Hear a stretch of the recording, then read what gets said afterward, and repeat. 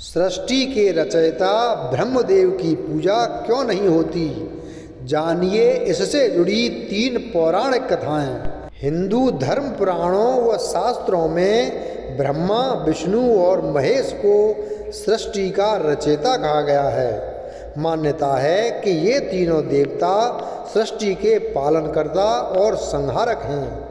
आपने लगभग हर जगह भगवान विष्णु और भगवान शिव के मंदिर देखे होंगे। साथ ही इनका विधि विधान से पूजन भी व व्रत उपवास भी किया जाता है। लेकिन अक्सर आपके मन में यह सवाल जरूर आता होगा कि आखिर ब्रह्मा जी के लिए कोई समर्पित व्रत या पूजा क्यों नहीं है। यहाँ तक कि दुनिया में केवल एक ही जगह ब्रह्मा जी का मंदिर स्थित है।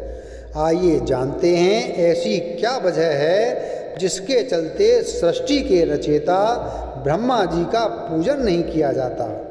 इसके बारे में कई कथाएं प्रचलित हैं। इनमें से 3 प्रमुख कथाएं इस प्रकार हैं। कथा नंबर 1, पुष्कर में ब्रह्मा जी को एक यज्ञ करना था और उस वक्त उनकी पत्नी सावित्री उनके साथ नहीं थी। उनकी पत्नी सावित्री वक्त पर यज्ञ स्थल पर नहीं पहुंच पाई। यज्ञ का समय निकल रहा था, लिहाजा ब्रह्मा जी ने एक स्थानीय ग्वाल वाला गायत्री से शादी कर ली और यज्ञ में बैठ गए। यह गायत्री देवी राजस्थान के पुष्कर की रहने वाली थी, जो वेद ज्ञान में पारंगत होने के कारण विख्यात थीं। सावित्री थोड़ी देर से पहुंची, लेकिन यज्ञ में अपनी जगह पर किसी और औरत को देखकर गुस्से से पागल हो गईं। उन्होंने ब्रह्मा जी को शाप दिया कि जाओ, इस पृथ्वी लोक में तुम्हारी कहीं पूजा नहीं होगी। सावित्री के इस रूप को देखकर सभी देवता लोग डर गए। उन्होंने उनसे विनती की कि अपना शाप वापस ले लीजिए। जब गुस्सा ठंडा हुआ तो सावित्री ने कहा कि इस धरती पर सिर्फ पुष्कर में आपकी पूजा होगी। कोई भी दूसरा आपका मंदिर बनाएगा तो उसका विनाश हो जाएगा। ब्रह्मा जी ने पुष्कर झील किनारे कार्तिक शुक्ल एकादशी से पूर्णमासी तक यज्ञ किया था, जिसकी स्मृति में अनादिकाल से यहाँ कार्तिक मेला लगता आ रहा है। यहाँ विश्व में ब्रह्मा जी का एकमात्र प्राचीन मंदिर है। मंदिर के पीछे रत्नगिरी पहाड़ पर जमीन तल से 2369 फुट की ऊंचाई पर ब्रह्मा जी की प्रथम पत्नी सावित्री का मंदिर है। झील की उत्पत्ति के बारे में किंवदंती है कि ब्रह्मा जी के हाथ से यहीं पर कमल पुष्प गिरने से जल प्रस्फुटित हुआ, जिससे इस झील का उद्भव हुआ। राजस्थान में अजमेर शहर से 14 किलोमीटर दूर पुष्कर झील है। पुष्कर के उद्भव का वर्णन पद्म पुराण में मिलता है। कथा नंबर 2, जगत पिता ब्रह्मा जी की काया कांतमय और मनमोहक थी। उनके मनमोहक रूप को देखकर स्वर्ग की अप्सरा मोहिनी कामासक्त हो गई और वह समाधि में लीन ब्रह्मा जी के समीप ही आसन लगाकर बैठ गई।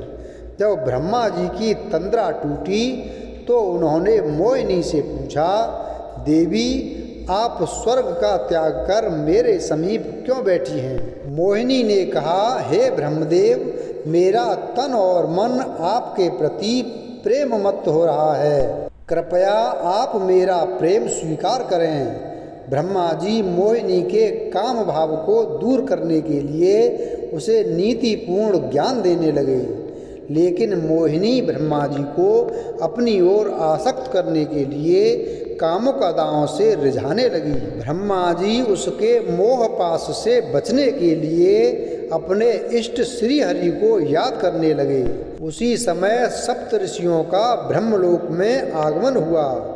सप्त ऋषियों ने ब्रह्मा जी के समीप मोहिनी को देखकर उनसे पूछा, यह रूपवती अप्सरा आपके साथ क्यों बैठी है? ब्रह्मा जी बोले, यह अप्सरा नृत्य करते करते थक गई थी, विश्राम करने के लिए पुत्री भाव से मेरे समीप बैठी है। सप्त ऋषियों ने अपने योग बल से ब्रह्मा जी की मिथ्या भाषा को जान लिया और मुस्कराकर वहाँ से प्रस्थान कर गए।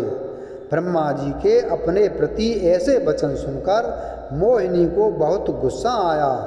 मोहिनी बोली, मैं आपसे अपनी काम इच्छाओं की पूर्ति चाहती थी और आपने मुझे पुत्री का दर्जा दिया।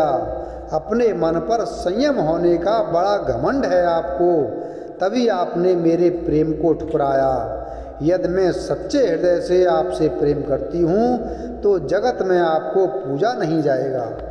कथा नंबर 3। कथा के अनुसार एक समय ब्रह्मा और विष्णु के बीच श्रेष्ठ कौन है इस बात को लेकर विवाद छिड़ गया।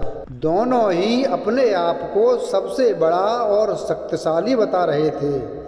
इस विवाद को सुलझाने के लिए भगवान शिव एक अद्भुत ज्योतिर्लिंग के रूप में प्रकट हुए। उन्होंने कहा कि जो भी इस ज्योतिर्लिंग का आदि या अंत ढूंढ लेगा वही सबसे श्रेष्ठ माना जाएगा। विष्णु जी ने वराह का रूप धारण करके पृथ्वी में जाकर ज्योतिर्लिंग का अंत ढूंढने का प्रयास किया, जबकि ब्रह्मा जी ने हंस का रूप धारण करके आकाश में जाकर ज्योतिर्लिंग का आदि ढूंढने की कोशिश की।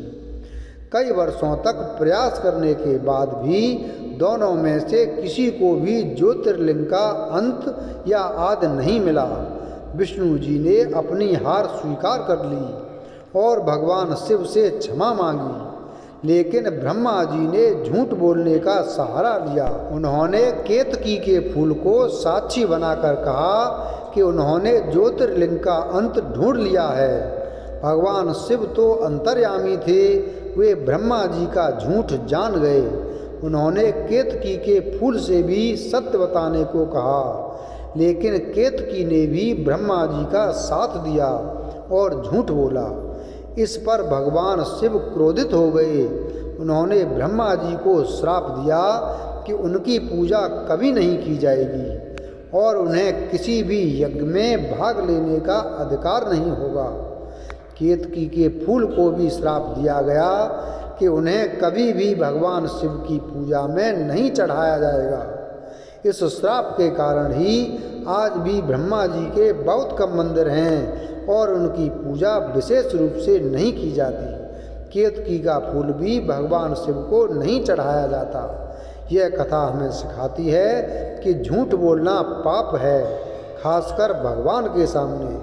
झूठ बोलने से न केवल व्यक्ति का अपना नुकसान होता है बल्कि दूसरों को भी हानि पहुंचती है। इसलिए हमें हमेशा सत्य बोलना चाहिए और झूठ से दूर रहना चाहिए।